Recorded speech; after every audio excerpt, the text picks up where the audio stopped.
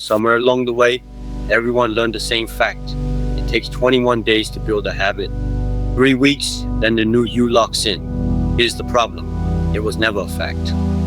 The number traces back to Maxwell Maltz, a plastic surgeon in the 1960s who noticed patients took about 3 weeks to adjust to their new face or a lost limb, and wrote in his book that it seemed to take a minimum of 21 days for a mental image to change. A minimum. About adjusting to surgery. Self-help authors sanded off both qualifiers and a myth was born.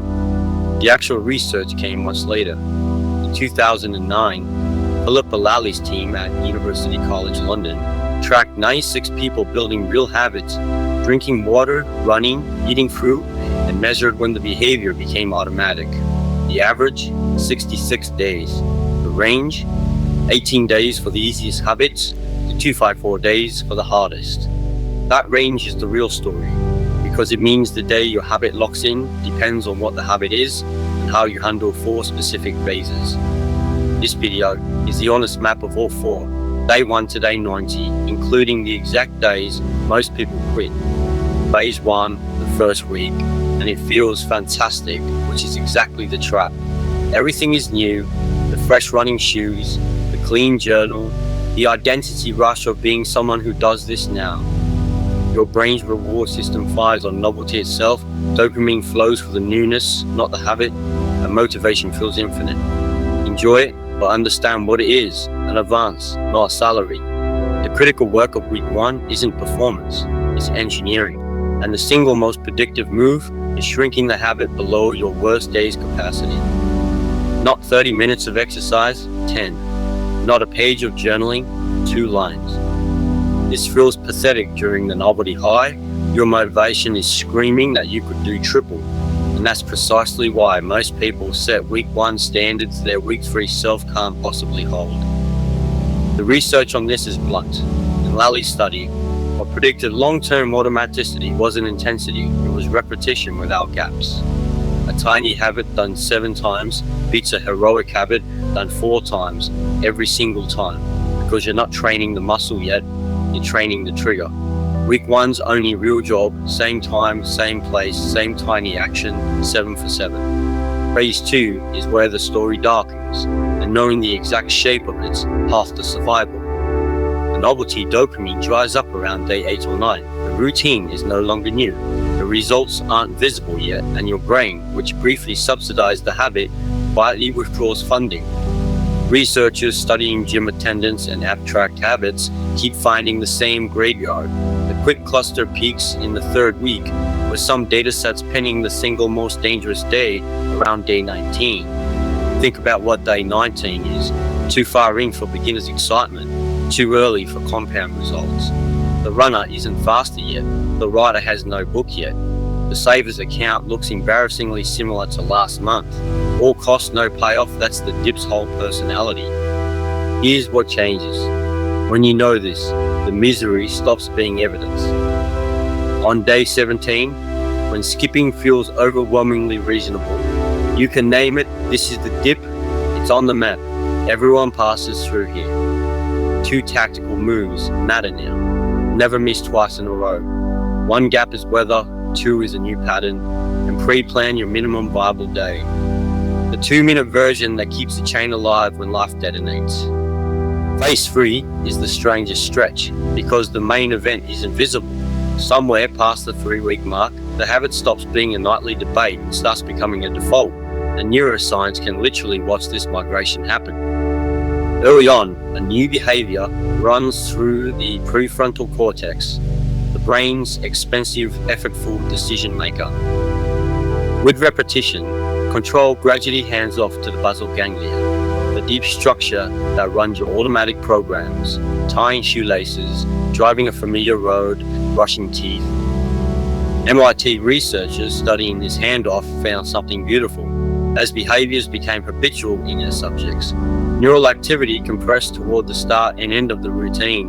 The brain bookmarks the trigger and the completion and stops narrating the middle. In daily life, this arrives as an anticlimax. One evening, you realize you did the thing without the internal argument. No fireworks, the argument just didn't happen. The danger of this phase is its blandness. People mistake automation for meaninglessness. It's just brushing teeth now, and either quit from boredom or inflate the habit to make it exciting again, breaking what worked. Don't. The boredom is the wiring settling. Protect the trigger, keep the size, let the concrete cure. Phase 4 is the plateau, and it needs its own defense because this is where the disciplined people quit, the ones who survive the dip. By day 50, the habit is easy, and that's the new problem. Easy but seemingly pointless. The runner does the same 5K. The language learner knows 400 words and still can't follow a film. Effort in, nothing visibly out. James Clear calls this the plateau of latent potential, and the physics metaphor is exact. An ice cube at 25 degrees, then 27, then 30, warming steadily, still stubbornly solid, and at 32, one more degree, it melts. All that earlier heating wasn't failure, it was accumulation. The surface couldn't show yet. Skills, fitness, savings, audiences, they all store progress internally before displaying it externally, and the display threshold is almost always past day 60. This is also where Lully's 66-day average lands, the point where, for a typical habit, the behavior measures as genuinely automatic. So the plateau isn't the absence of results, it's the last phase of the invisible kind. The people you admire aren't the ones who found the steeper curve. They're the ones who kept hitting the ice 2 degrees past where everyone else concluded the stroke was broken. The final stretch and the payoff isn't what people expect. By day 70 or 80, something has flipped that's bigger than automation. The habit has crossed from something you do into part of who you are, and the language gives it away. I'm trying to run becomes I'm a runner. I'm doing this journaling thing becomes I journal. Psychologists call it identity-based habit formation, and it matters enormously for the only question that counts long term: what happens after a disruption? A behavior-based habit, when broken by a vacation or a flu, ends. The experiment concluded. An identity-based habit self-repairs. A runner who misses a week is still a runner. So running resumes the way eating resumes after a fast. That's the actual finish line of the 90 days. Not perfection, but a default that survives interruption. One warning for this phase: guard against the streak becoming the point. If the counter matters more than the practice, missing one day can psychologically bankrupt the whole project. The what the hell effect in action. The number was scaffolding. By day 90, the building stands on its own, and you're allowed to stop counting. Let's fold the map so it fits in a pocket. Days 1 to 7, the novelty high, free motivation, don't trust it. Use it to install a tiny version at a fixed trigger. Days 8 to 21, the dip, dopamine gone, results absent. Day 19 is the statistical graveyard. Survive with the never twice rule and your 2-minute minimum. Days 22 to 45, the invisible wiring. The brain migrating your habit from effortful to automatic. Boredom here is progress. Don't inflate the routine. Days 46 to 66, the plateau. Results accumulating below the surface like heat and ice, all until the melt.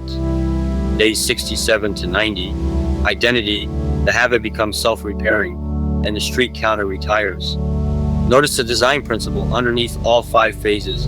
Every quit point is a feeling misread as a fact. Boredom read as pointlessness. The dip read as failure. The plateau read as a broken method. The whole skill of the 90 days is refusing those readings, and now you have the map that makes refusing them possible. Pick the habit, shrink it, anchor it, and start your day 1 today. Because day 66 exists on only one condition: that day won't happen. A new video lands here every day. Tomorrow's is the dark side of this topic: how bad habits use this exact same machinery against you.